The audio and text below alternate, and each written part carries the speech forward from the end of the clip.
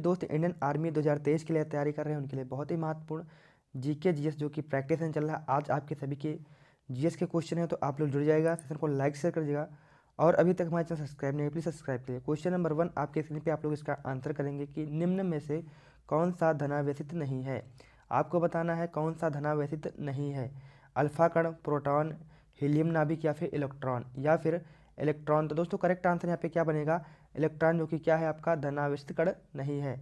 अगले क्वेश्चन में बढ़ते हैं। अगला क्वेश्चन है आपका क्वेश्चन नंबर 2। क्वेश्चन नंबर 2 क्या है, किसी उदासीन विलयन का पीएच मान कितना होगा या कितना होता है। तो आपको इसका आंसर करना है फटाफट। तो क्या होगा, किसी उदासीन विलयन का पीएच मान कितना होता है, तो 7 होता है। आपको यहाँ पे ऑप्शन ए क्या होगा करेक्ट आंसर बनेगा। उदाहरण में आपको बताए दें पानी शुद्ध जल का पीएच मान कितना होता है, तो आपका 7 होता है। तो आप लोग याद रखेंगे। अगला क्वेश्चन दोस्तों है कि ब्लिचैंड किसका अयस्क है। ब्लिचैंड पिच ब्लैंड किसका अयस्क है, यूरेनियम का, लोहे का, एल्युमिनियम का या फिर तांबा का। पिच ब्लैंड है जो कि किसका अयस्क, तो आप लोग यहाँ पे याद रखेंगे यूरेनियम का, यानी कि ऑप्शन ए क्या होगा आपका करेक्ट आंसर यहाँ पे बनेगा। अगला क्वेश्चन दोस्तों है आपका कि कौन सी अक्रिय गैस यौगिक नहीं बनाती है। कौन सी जो कि अक्रिय गैस है जो कि आपका जो कि क्या नहीं बनाती है, तो यौगिक नहीं बनाती है। हीलियम, जिनॉन, क्रिप्टॉन या फिर आर्गन या फिर आर्गन। तो आपको इसका आंसर करना है। करेक्ट आंसर यहाँ पे क्या बनेगा आपका जिनॉन। जिनॉन यानी कि ऑप्शन क्या होगा आपका बी यहाँ पे करेक्ट आंसर बनेगा। करेक्ट आपका क्या बनेगा आंसर बनेगा। बढ़ते हैं अगले क्वेश्चन तरफ। अगला क्वेश्चन आपका क्या है कि निम्नलिखित में से सबसे अधिक भारी धातु कौन सी है। सबसे अधिक भारी धातु आपको बताना है कौन सी है। लोहा है, सिल्वर है, निकेल है या फिर ओस्मियम है या फिर ओस्मियम है। तो करेक्ट आंसर यहाँ पे क्या बनेगा आपका ओस्मियम, यानी कि ऑप्शन क्या होगा डी करेक्ट आंसर बनेगा। अगला क्वेश्चन है दोस्तों कि प्लास्टर ऑफ पेरिस का रासायनिक नाम क्या है। प्लास्टर ऑफ पेरिस का रासायनिक नाम आपको बताना है कैल्शियम क्लोराइड, कैल्शियम नाइट्रेट या फिर कैल्शियम सल्फेट हाइड्रेट या फिर कैल्शियम ऑक्साइड या फिर कैल्शियम ऑक्साइड। तो यहाँ पे करेक्ट आंसर जितने भी साथी ऑप्शन सी कर रहे हैं उनका सही आंसर होगा कैल्शियम सल्फेट हाइड्रेट, यानी कि ऑप्शन क्या होगा आपका सी यहाँ पे राइट आंसर बनेगा। अगला क्वेश्चन दोस्तों है आपका कि क्वेश्चन नंबर 7 है क्या है कि आपका NaCO3 का रासायनिक सूत्र है किसका, यानी किसका रासायनिक सूत्र है आपको बताना है। NaHCO3 किसका रासायनिक सूत्र है।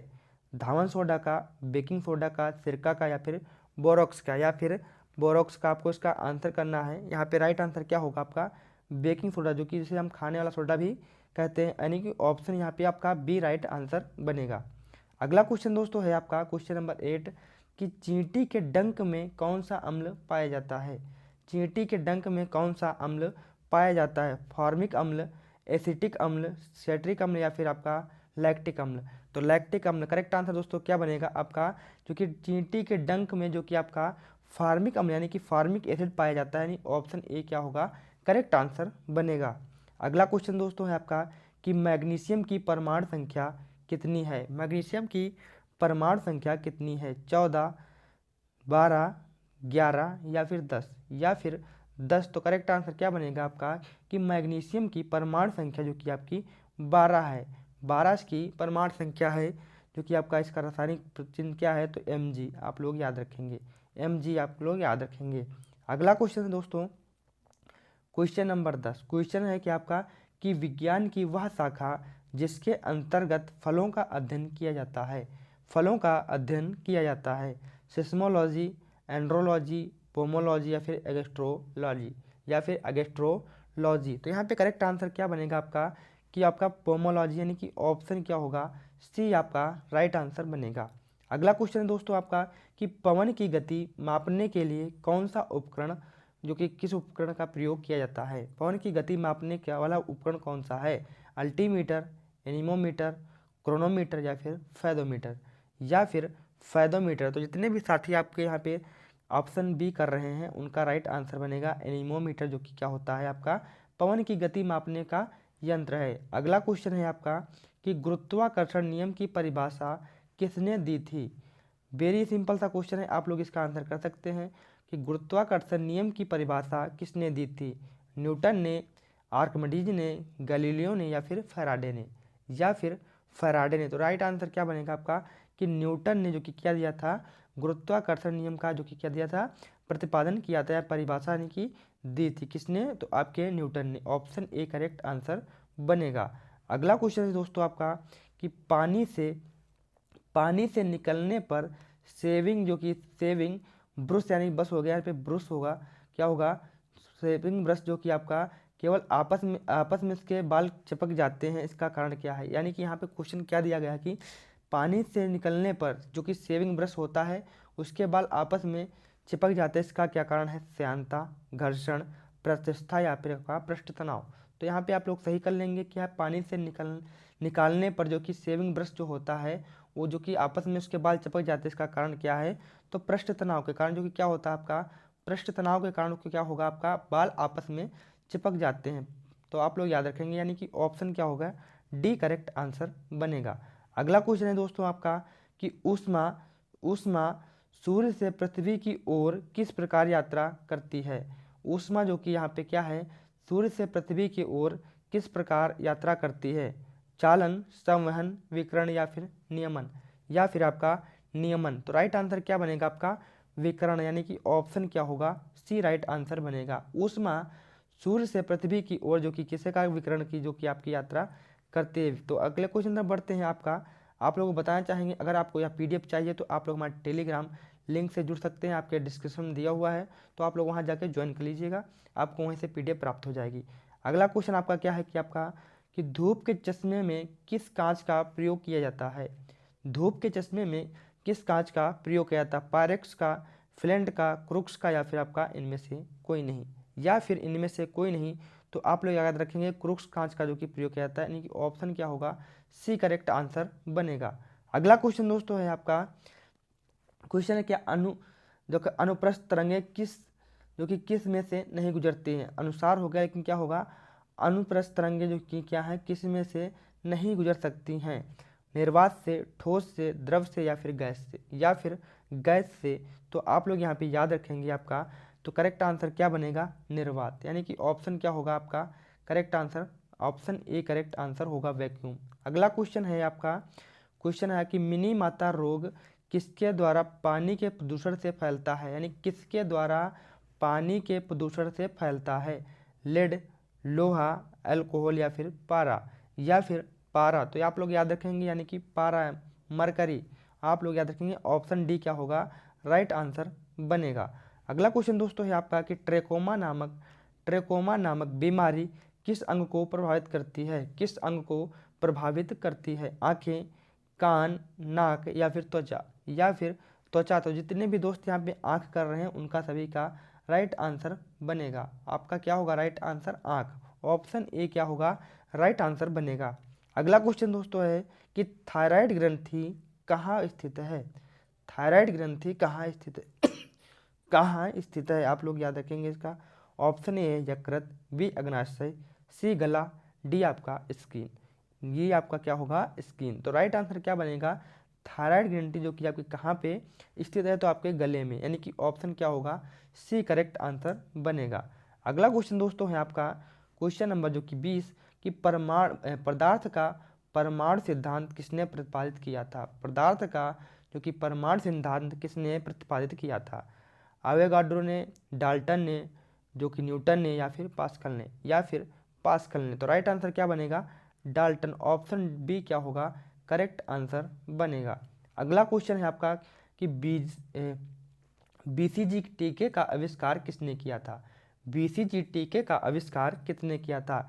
एडवर्ड जेनर ने, रॉबर्ट कोच, कार्ल लैंडस्टीनर या फिर अल्बर्ट कॉलमेट ने। तो राइट आंसर दोस्तों बनेगा ऑप्शन डी क्या होगा, अल्बर्ट कॉलमेट ने जो कि क्या किया था, बीसीजी टीके का आविष्कार किया था।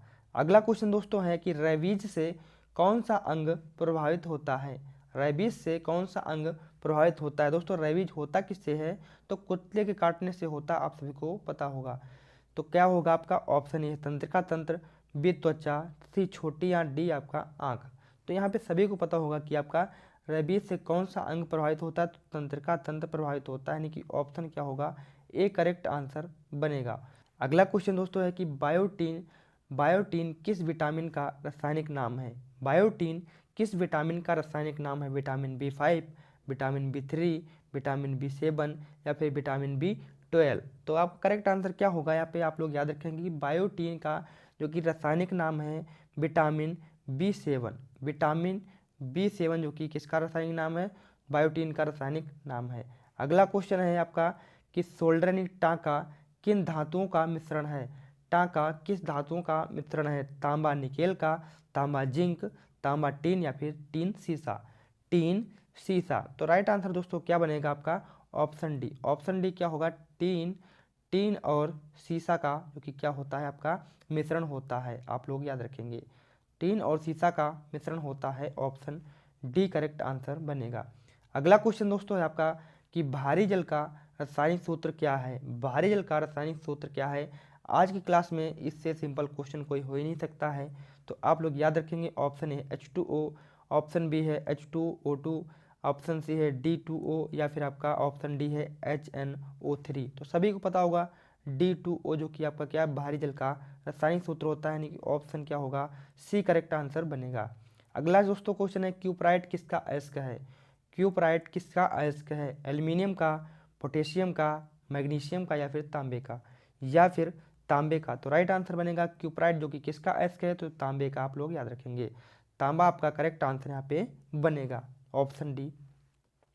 अगला क्वेश्चन दोस्तों है पारा का संकेत क्या है, आपको बताना है। पारे का रासायनिक चिन्ह क्या गया आपका है, Ag है, Hg है, Pb है या फिर Mg है, या फिर Mg है। तो राइट आंसर क्या बनेगा, पारे का रासायनिक संकेत क्या होता है, Hg। Hg आपका क्या होगा, करेक्ट आंसर बनेगा ऑप्शन बी। जितने भी साथी दे रहे हैं उनका सही होगा। अगला क्वेश्चन है आपका कि टेलीफोन का आविष्कार किसने किया। टेलीफोन का आविष्कार किसने किया था, J.L. बेयर ने, जॉन गुटेनबर्ग ने, मार्कोनी ने या फिर आपका ग्राहम बेल ने, या फिर ग्राहम बेल ने। तो राइट आंसर क्या बनेगा कि टेलीफोन का आविष्कार ग्राहम बेल ने किया था, यानी कि ऑप्शन डी क्या होगा, करेक्ट आंसर बनेगा। मार्कोनी ने जो कि रेडियो का आविष्कार किया था, आप लोग याद रखेंगे। अगले क्वेश्चन तरफ बढ़ते हैं। आपका अगला क्वेश्चन है क्वेश्चन नंबर 29। क्वेश्चन आपका है कि एक कैलोरी ऊष्मा कितने जूल के बराबर होती है, कितने जूल के बराबर होती है, आपको इसमें से आंसर करना है। तो यहाँ पे दोस्तों राइट आंसर क्या बनेगा, ऑप्शन ए है 4.184 जूल, 4184 जूल, 41.86 जूल या फिर आपका 252 जूल। तो राइट आंसर बनेगा आपका 4.184 जूल, यानी कि ऑप्शन आपका ए करेक्ट आंसर बनेगा। कहीं पे दोस्तों आपको मिल जाएगा 4.186 जूल, जो कि आपके सीधे से आस ही पास में है, आप लोग याद रखेंगे। तो आपका करेक्ट आंसर क्या बनेगा, ऑप्शन ए। अगला क्वेश्चन है दोस्तों आपका क्वेश्चन नंबर 30 कि पृष्ठ तनाव का एसआई मात्रक क्या है। होमवर्क का क्वेश्चन है, आप लोग इसका कमेंट बॉक्स में आंसर दीजिएगा, और आप लोगों ने अभी तक सब्सक्राइब नहीं किया तो प्लीज़ सब्सक्राइब कर लीजिएगा। आपको इसी तरह रोजाना वीडियो मिलता रहेगा। जीके जीएस का आज तो सारी जीएस का था, तो आप लोग यहाँ पे दोबारा बताना चाहेंगे कि आप लोग हमारे टेलीग्राम से जुड़ जाइए, वहाँ पे आपको यहाँ पे पीडीएफ प्राप्त हो जाएंगी। मिलते हैं आपको नेक्स्ट क्वेश्चन में, नेक्स्ट सेशन में। तब तक के लिए जय हिंद, जय भारत, वंदे मातरम।